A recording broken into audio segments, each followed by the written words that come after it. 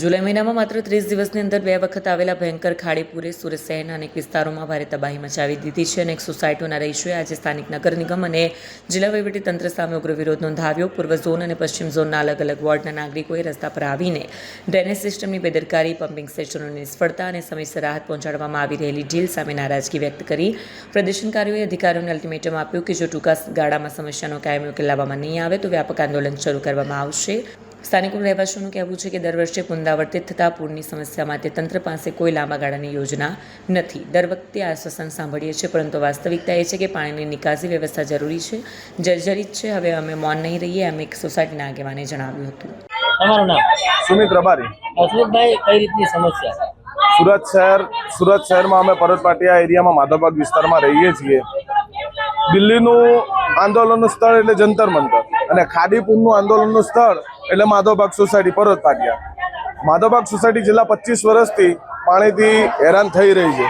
તંત્રને અપીલ કરી છે, સરકારને અપીલ કરી છે, રિસ્પોન્સિબિલિટી આવતી નથી. 2024થી 2027 સુધી સમિતિ રચાઈ છે. 2024થી સમિતિ જ ચાલુ છે. સમિતિ હજુ કંઈ કર્યું નથી. સરકાર એમ કહે છે કે અમે પાકિસ્તાનમાં જતું સિંધુનું પાણી અટકાવી દઈએ, તો આ ખાડી તો સુરત જિલ્લાની નાની છે. સુરત જિલ્લાનું આ પાણી તો સિંધુ નદીના બરોબરમાં તો 1% નથી. એટલે સરકારને અપીલ છે કે સિંધુનું પાણી નહીં અટકાવવું, ખાડીનું પાણી અટકાવો, તંત્રને જગાવો. અને તંત્રને જે કાલે આપણા ગુજરાતના મુખ્યમંત્રીએ 1500 કરોડ 500 કરોડ ને એમ કીધું કે ભાઈ 1500 કરોડ અમે વાપરી દઈશું, પણ ઉપરથી ગાંધીનગરથી નીકળતા સુરત 400-500 કિલોમીટર અંદાજિત આવતા 1500 કરોડમાંથી વધતું કંઈ નથી. અને ખાડીની સ્થિતિ એની એ જ છે. અને દર વર્ષે સમિતિ જ રચાય છે.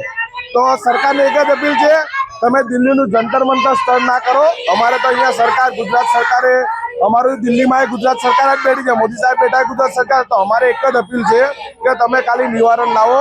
અમારે કોઈ જંતર મંતરે નથી કરવું કે કોઈ દંગા પ્રસાદે નથી કરવા, પણ અલર્ટ આપીએ છીએ કે કરશું ખરા, તમે કોઈ નિવારણ નહીં લાવો. 5 વર્ષથી સમિતિ રચાઈ છે. એટલે સિંધુનું પાણી સાહેબ અટકાવો, પણ આ ખાડીપુર તો અટકાવો.